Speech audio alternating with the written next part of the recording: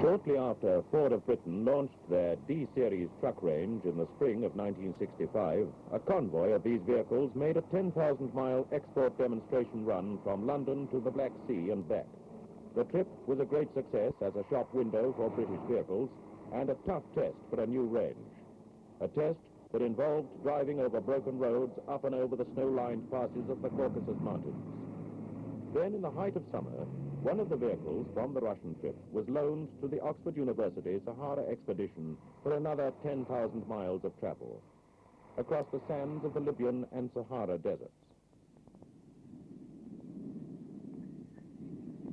In the universities, every summer vacation sees a crop of student expeditions setting off to beat a trail somewhere in the world.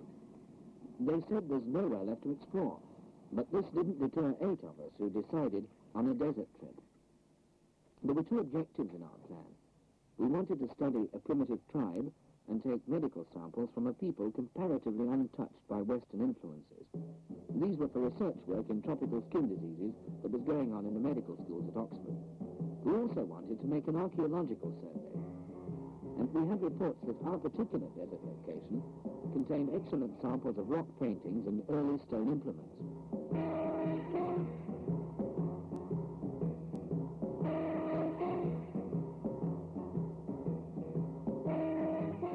We set our sights on the valley of Zuar, 1,100 miles south of Tripoli, and 700 of these across waterless desert.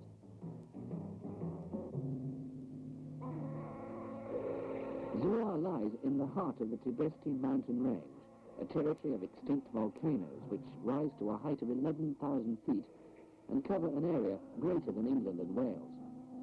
With the Mediterranean coast now 400 miles behind us, we took on the final stocks of petrol and water at Seba and left the tarmac road for the sand and camel tracks to Zuar. The planning had taken much longer than we thought.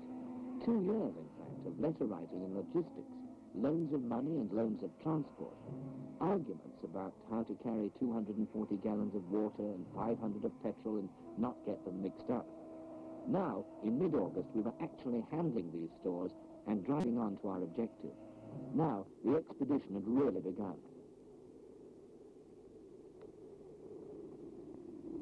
We soon settled down to a regular drill of unloading and loading, stacking our stores so that those most frequently used were easy to get at.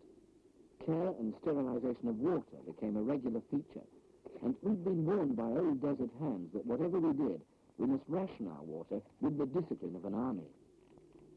Our stocks of tinned food were sufficient for 2.5 months, and these too had to be selected with a certain amount of care, if only to vary any monotony in the diet.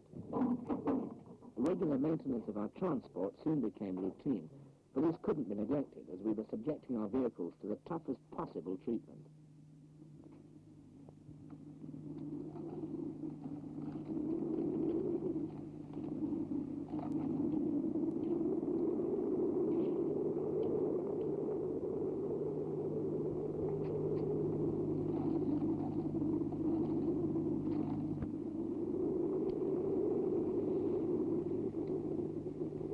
The evening meal became a highlight of the day, particularly after a long drive. At first, we took it in turns to prepare the meal, but some cooks are better than others, and after a few protests, we settled down to our regular chef.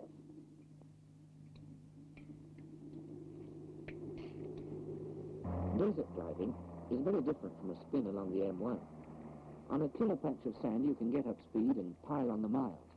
Then you can be swaying and bumping over rocks at speeds little over 5 miles an hour. With the daytime shade temperature around 120 degrees, we slogged on, thinking only of the cool of the evening and a can of chilled beer.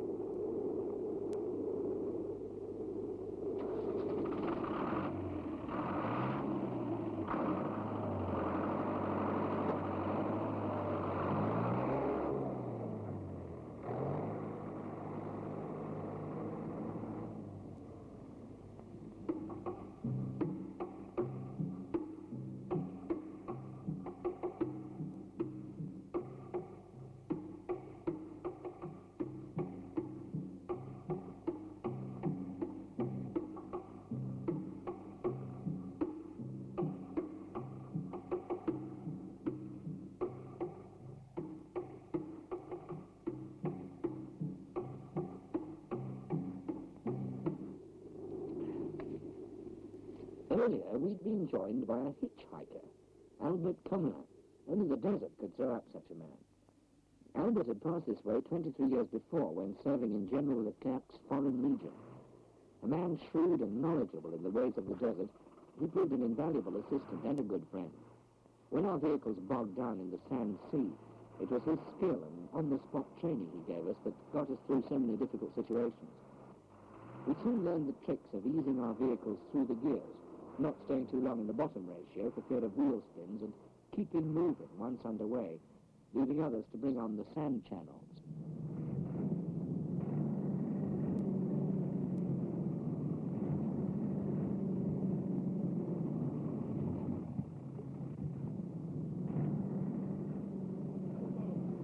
A convoy of trans-desert trucks appeared on the scene, heading for Fort Lund.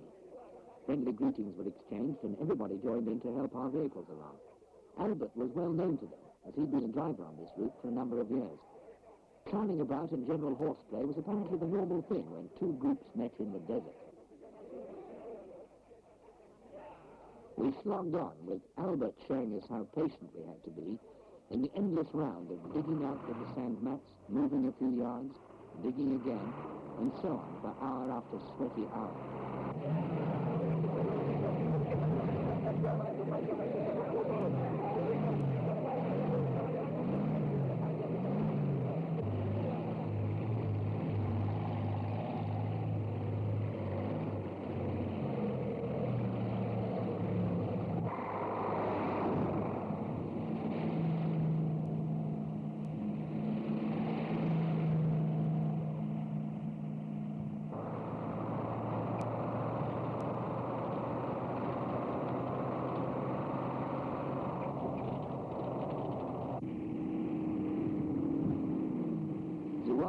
Was a welcome sight. We drove into the little garrison town just 6 days after leaving the last road and petrol point at Seba. Greeted by the Shader Post, we were honored by a full-dress turnout of his troops, who carried out a special ceremonial drill for our benefit. Their lights like something out of a schoolboy's adventure book, and completely removed from the sophisticated ways of the city.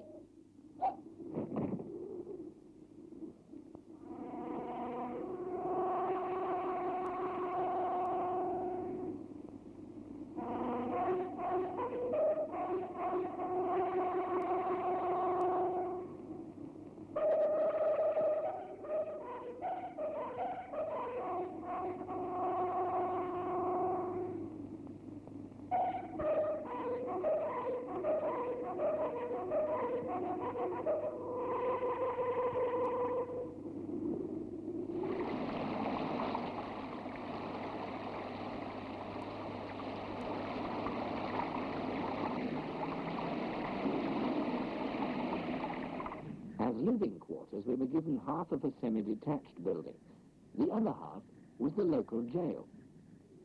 Water was now available in quantity, and we enjoyed our first shower and a real clean-up. Prisoners from the jail became willing helpers in getting our shower bath working.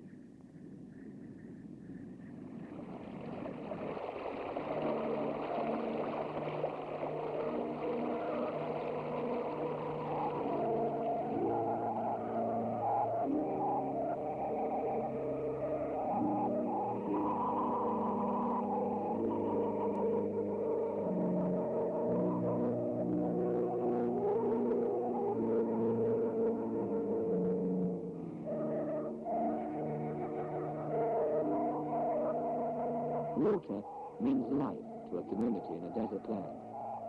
And with water comes food.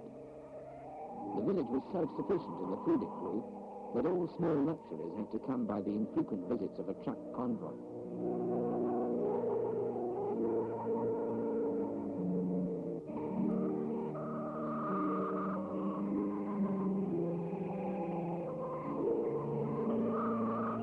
Irrigation schemes were varied, from the ancient system of hauling buckets from a well to a more modern version of a water wheel to raise the precious liquid.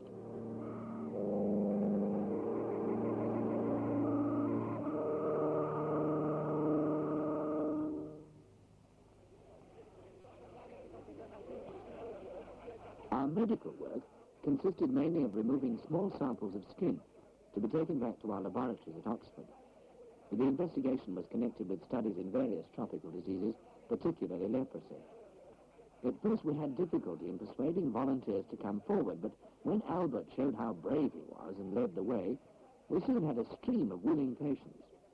We gave them generous donations of cigarettes for their trouble, but soon learned that it wasn't the payment, but the status symbol that counted.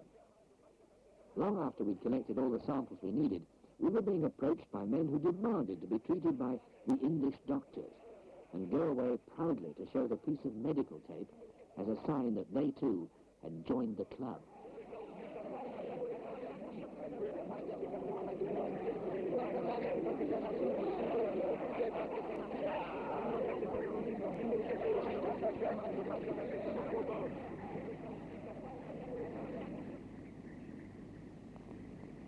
These men were a form of local police called goumiers.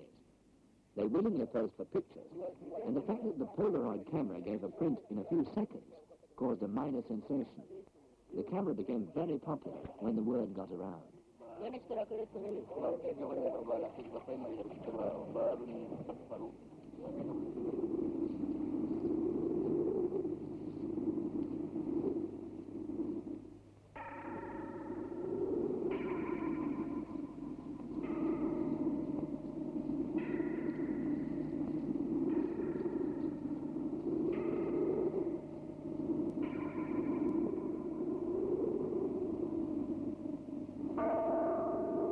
One day, we drove out nearly 150 miles to the Trou au Natron, a giant crater 4 miles wide and 2,500 feet deep. The floor of the crater is covered with a white lake of sodium salt and has 2 perfect miniature volcano cones in its center.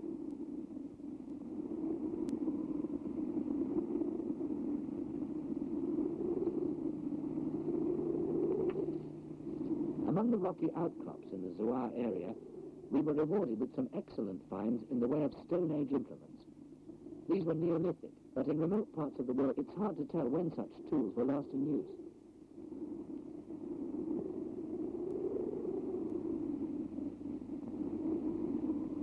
We were also very excited with the remarkably preserved wall drawings and got to work with sketchpad and camera.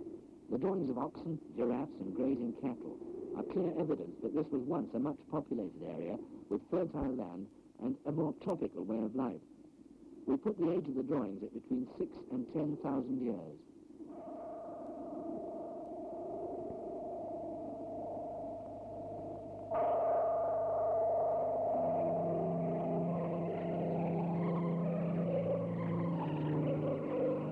Our friends the goumiers came on the scene again, this time in their desert rig, to set off on one of their camel patrols.